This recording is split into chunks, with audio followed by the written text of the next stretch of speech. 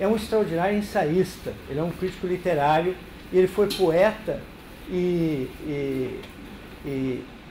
crítico antes de ser propriamente um autor desses contos que o tornaram universalmente famoso, né?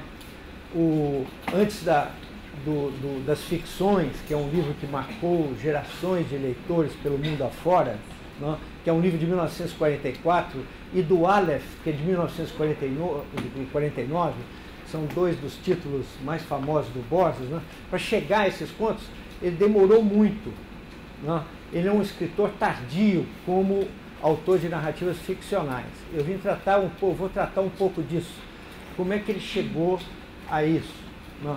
O meu tema, desde há muitos anos, uns 20 anos para cá, mais, dos anos 80 para cá, é entender o processo de estruturação do que eu chamaria a forma mesclada, a forma misturada, né?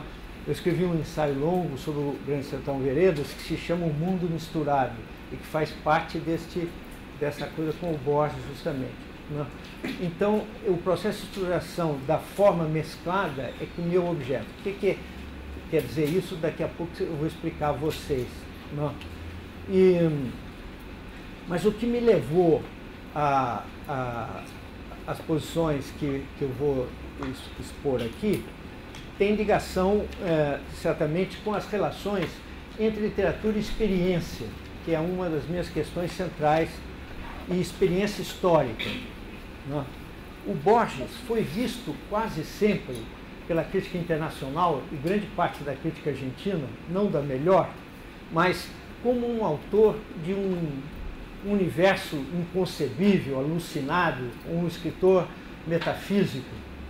E, em geral, alguns grandes críticos contemporâneos, tipo Harold Bloom, nos Estados Unidos, ou Robert Alter, nos Estados Unidos, alguns grandes escritores, seus ídolos, como o Coetzee, da África do Sul, Prêmio Nobel de Literatura, que tem um ensaio sobre ele. Esses escritores, né, esses críticos, em geral, veem o Borges como um engenhoso manipulador da linguagem, criador de paradoxos, alguém que é capaz de dar forma ficcional a grandes problemas epistemológicos, mas que não passaria, na verdade, de um discípulo de Kafka, um secundário, um mestre menor ou secundário, porque lhe faltaria uma coisa fundamental, que é o lastro de experiência humana, propriamente dita. Ele seria um escritor engenhoso, certamente um grande manipulador da linguagem, que não é dizer pouco, mas, de qualquer forma, alguém limitado, e que nós não poderíamos colocar, vamos dizer, ao lado de grandes autores como Proust, como James Joyce ou Kafka, não? Ou, entre nós, o Guimarães Rosa, não? Que certamente é pouco conhecido universalmente, dadas as dificuldades que é enfrentar o sertão rosiano por causa do idioma, da peculiaridade linguística da nossa língua, que já é isolada, e essa coisa. Esta atitude crítica, ou essa posição crítica diante do Borges, me parece equivocada. E desde os anos de 80, eu tento mostrar que, na verdade, o Borges está empapado de história, tem um lastro profundo na experiência histórica, tem complexidades muito grandes e, justamente, uma forma mesclada que resulta de um processo intrincadíssimo de composição, que é a que nós poderíamos chamar de uma integração de contextos heterogêneos. Essa família, o pai, que era Jorge Guillermo Borges, a dona Leonora Acevedo Borges, que era a mulher, o Borges, que é Jorge Guillermo, ou Luiz Borges, e a irmã, a Nora Borges, eles foram para a Europa e ficaram um tempo na Suíça durante a guerra, foram à Itália, apesar da guerra, a Veneza, Verona, tal. O Borges estudou em Genebra, né, e ficou lá um tempo, e depois passaram pela Espanha né, numa longa temporada. Né?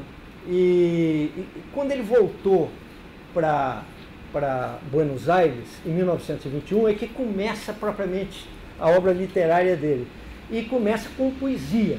Ele publica um livro, ele redescobre a cidade de Buenos Aires, que ele havia deixado menino ainda. Né?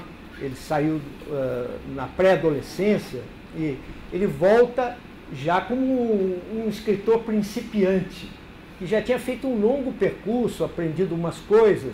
Né? Tinha sido até discípulo de um escritor judeu-espanhol, o Rafael Cansinos Assens, que era um homem muito inteligente, grande tradutor, né? E traduziu As Mil e Uma Noites, numa tradução que sempre encantava o Borges, traduziu Goethe, Dostoiévski, o Marcel Schwab, que foi um escritor preferido do Borges. Ele teve uma vasta e foi um pouco discípulo dele na Espanha no início dos anos 20. Né? Quando ele chegou, ele tomou um susto de rever Buenos Aires. Foi um impacto, foi uma redescoberta da própria cidade, e escreveu um primeiro livro de versos. Né? Ele vinha de uma vanguarda, de um ramo da vanguarda em língua espanhola que se chamava o ultraísmo. Se chamou ultraísmo, que foi uma palavra inventada provavelmente pelo Rafael Cansinos Assens.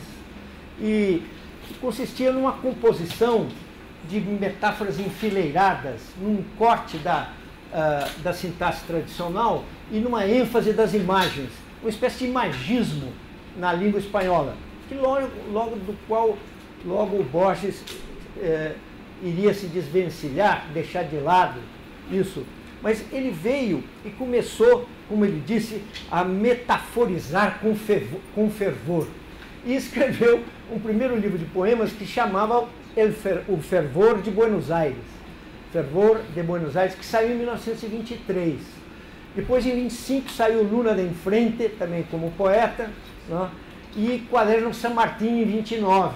Esses três primeiros livros mostram que ele é primeiro poeta. Né? E acompanha isso uma série de textos de crítica literária. Ele escreve sobre a metáfora, ele escreve sobre poetas, sobre o passado argentino, sobre... Bom, como crítico. Então ele é crítico e coisa, e nada de ficção. Mas quando a gente lê esses poemas, os pequenos ensaios iniciais, os comentários da vida literária, as resenhas que ele escreveu, ele foi um resenhador feroz. Ele tinha uma capacidade de leitura extraordinária, lia desde criança. Praticamente ele não havia saído de dentro da biblioteca do pai, como ele diz. Na sua autobiografia, escrita em 70, foi editada em 70, ele já estava cego desde 57, né? Ele faz essa afirmação: o pai tinha uma grande biblioteca em Palermo, no norte da cidade de Buenos Aires, uma biblioteca de livros ingleses. E ele descobriu aquilo como criança, vocês vão ver a importância que isso tem daqui a pouco, e diz ele, praticamente nunca saiu desta biblioteca paterna. Né? Então vamos dizer que ele é um leitor voraz e escreveu muitas resenhas e comentários, às vezes em revistas que você nem pode imaginar. Por exemplo, ele escreveu durante os anos de 30, numa revista chamada El Hogar, O Lar, que é uma espécie de vida doméstica. Acho que aqui quase ninguém sabe mais do que é a vida doméstica, mas quando eu era menino, minha mãe lia uma revista chamada Vida Doméstica, que era um tipo de vida doméstica, o lar, que as senhoras liam ali, tomando chá com bolachinhas, Burberry. E ali saíam aqueles comentários de uma mordacidade, uma ironia tremenda, curtíssimos, e às vezes iluminadores sobre grandes figuras da literatura internacional, às vezes literatura orientais, sobre um romance chinês, então ele fazia isso com frequência. Quando a gente lê esse vasto material do El Hogar e de outros, ele publicou também numa revista Multicolor de los Sábados, que era um suplemento do jornal Crítica de Buenos Aires. Ele publicou ali também um monte de comentários, às vezes sobre traduções, fez até uma resenha do nosso Rui Ribeiro Couto, poeta amigo do Manuel Bandeira, sobre os versos do Ribeiro Couto. Quer dizer, ele lia aquelas coisas e fazia esse material.